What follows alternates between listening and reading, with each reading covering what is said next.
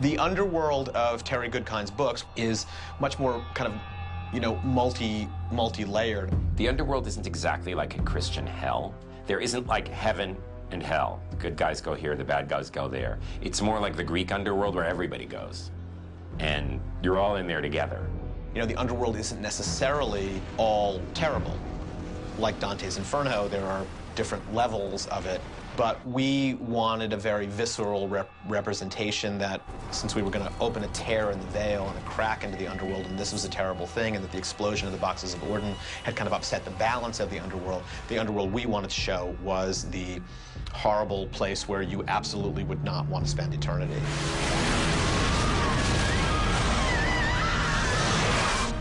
We created our own mythology in which the creator is a woman, and the keeper of the underworld is a man. In the beginning, the keeper and the creator of all life were a couple.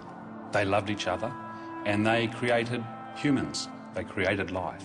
The keeper became jealous of the creator's love for her children. He wanted it all for himself, so he introduced death into the world. He betrayed me. I wept. So profound was my grief that it took shape. The stone of tears. I used it to banish the one I had loved, trapping him in the underworld for eternity. Dark and wrong, kneel before the keeper.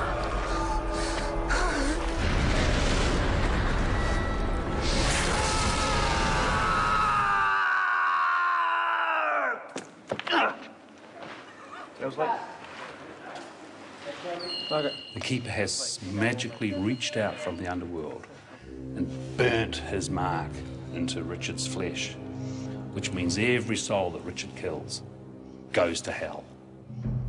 Quite a burden for a young hero like Richard. So this is the mark of the keeper. This basically means you're dead. Death's coming to get you. Death's knocking on your door. No, that's nice. So, might as well be ready for it. So we learned about the underworld in Wizard's First Rule through a description of the boundary, which was magic which brought the underworld onto Earth. But it was never described in any specific depth. So as filmmakers, we could take that essence of what Terry suggested in his books and kind of create our own specific visual world. We had established early on a kind of a greenish, blackish kind of world. And I also wanted it to be like viscous and wet and disgusting. And that's been our starting point for all our creatures and anything to do with the keeper. Dark and Roll, for instance, in our show, when his spirit form appears on Earth, often he appears in green flame. There are no green flames in Terry's book, but we thought we needed very simple visual motifs to show that the underworld was hellish. And very quickly, I knock out visuals. And those visuals, if you like, are our first pictorial look at, this is what we might be looking at. I look at, you know, books, references and art, and some other pictorial references. And out of our noodlings, what idea can we try and get through and realise it practically? Drago, my lord. You're alive? No. Neither are you.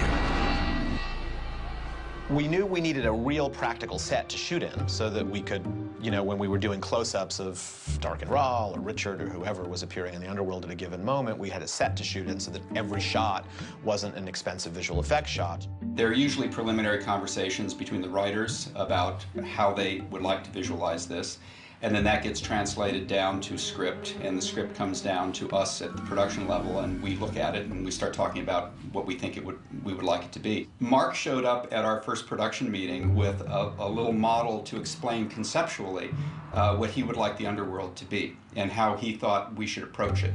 His intention may seem kind of funny here, but his intention was very clear, that what we would do was create a partial built environment in our largest stage that has a room for this that would be rocky and have a flat area in the front here and be built up to rocks and be completely surrounded by a green screen or a blue screen, where we could later composite in, using visual effects, deeper backgrounds, higher roofs, the fires burning beyond, and we could also place hundreds and thousands of them in the background with the burning fires of hell. Roll!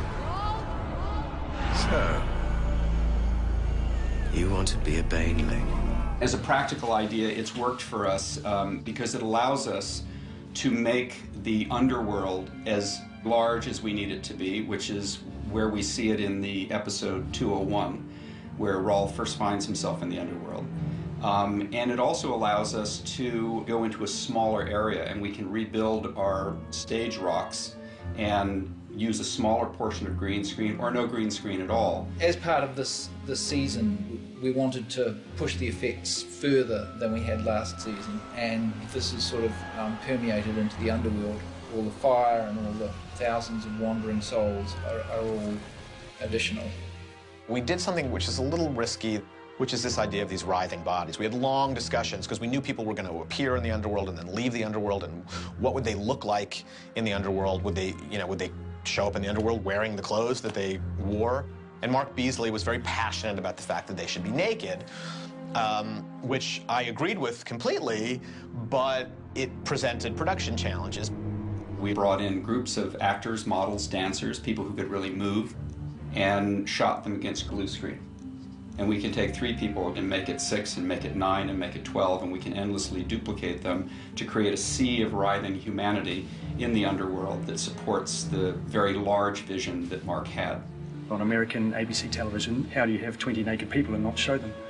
So in a way that dictated how the lighting worked, and I figured the easiest way to keep body silhouette is to have a nice, strong, soft backlight so that on the camera side you don't see any details. Hell as an environment doesn't exist. It's all a combination of matte paintings and partial sets that are then extended by us to envelop the actors, as well as duplicating the small amount of dancers that we have into, I think in our biggest shot we've got about the equivalent of 10,000 people visible at one time.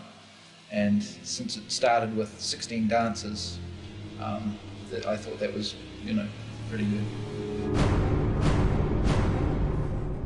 The kind of things that I think people have associated with feature films, from time to time we're actually able to achieve with Legend of the Secret.